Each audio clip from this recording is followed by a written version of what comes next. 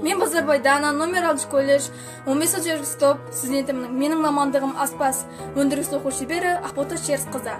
Біздің елде қазірге болып жатқан жағдайға байланысты қашықтық оқып білім алып жатырмыз. Абайдың 175 жылдығына байланысты эстафетаны мен де қуана қабыл алдым. Абайдың қара сөздері, 24-ші қара сөз.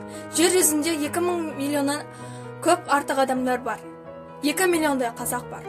Біздің қазақтың достығы, дұшпандығы, мақтаулығы, мал іздеуі, өнер іздеуі, жұрт тануы ешбір халыққа ұқсамайды. Біріміз аңдып жаулап ұрлап кірпік қақтырмай отырғанымыз. 3 миллиондай халқы артық дүниеде бір қалада бар. Дүниенің бас аяғын үш айналып көрген кісі толып жатыр.